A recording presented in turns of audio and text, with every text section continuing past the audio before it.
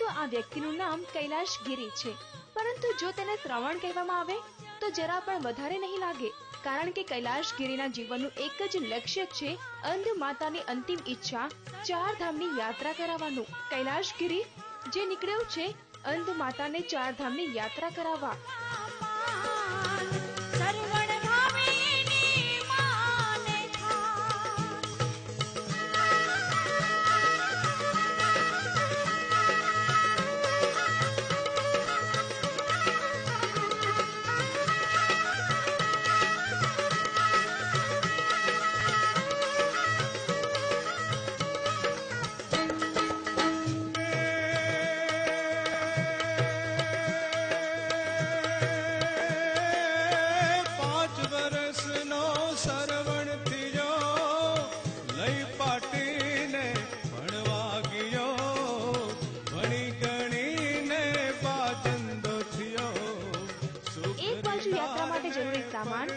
અને બીજી બાજુએ અંધ માતા જેની ચાર ધામની અંતિમ ઈચ્છાને પૂર્ણ કરવા માટે કૈલાશગીરી નીકળ્યો છે ચાર ધામની યાત્રા પર।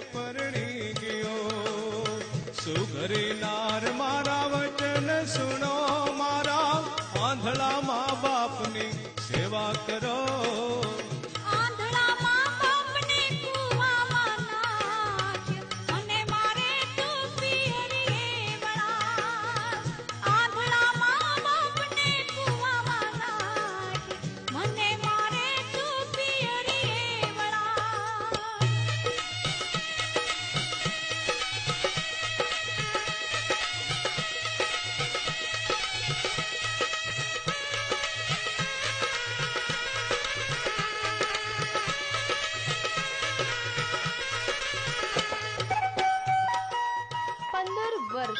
સાંભળીને ચોંકી જશો, 15 વર્ષ કરતા પણ વધુ સમયથી કૈલાશગીરી નીકળ્યો છે મધ્યપ્રદેશના જબલપુરથી અને પૂર્ણ કરી ચૂક્યો છે અત્યાર સુધીમાં અનેક મુકામ।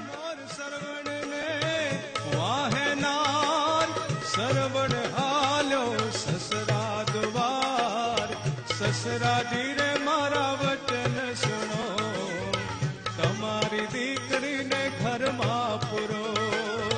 સસરાજી રે મારા વચન સુનો, તમારી દીકરીને ઘરમાં પૂરો।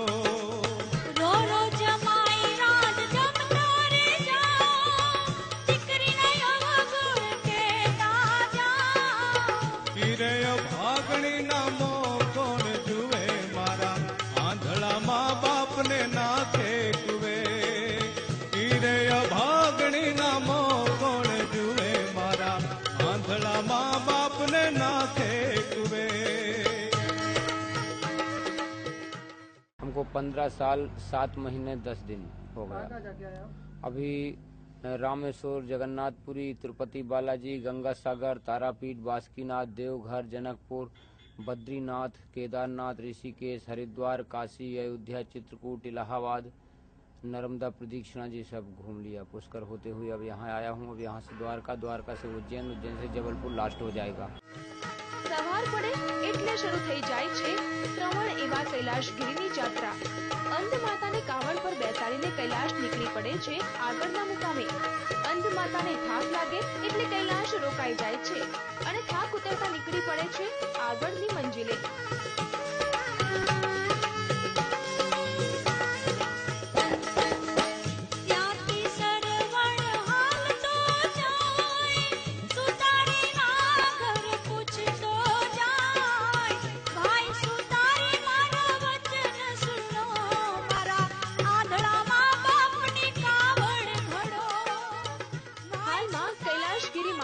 બનાસકાંઠામાં છે અને બસ થાક ઉતરતા કૈલાશગીરી નીકળી પડ્યો છે ભગવાન દ્વારકાધીશના દર્શને। કૈલાશગીરીની તેની માતા પ્રત્યેની આ ભક્તિને જોઈને બનાસકાંઠાના કેટલાક પોલીસ અધિકારીઓએ પણ કૈલાશગીરી અને તેની માતાનું શાળ ઓઢાડીને સન્માન કર્યું હતું।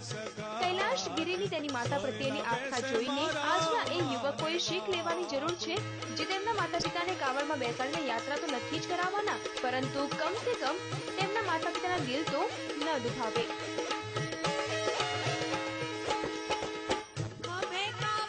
કિરણ ત્રિવેદી સાથે બ્યુરો રિપોર્ટ, TV9 બનાસ।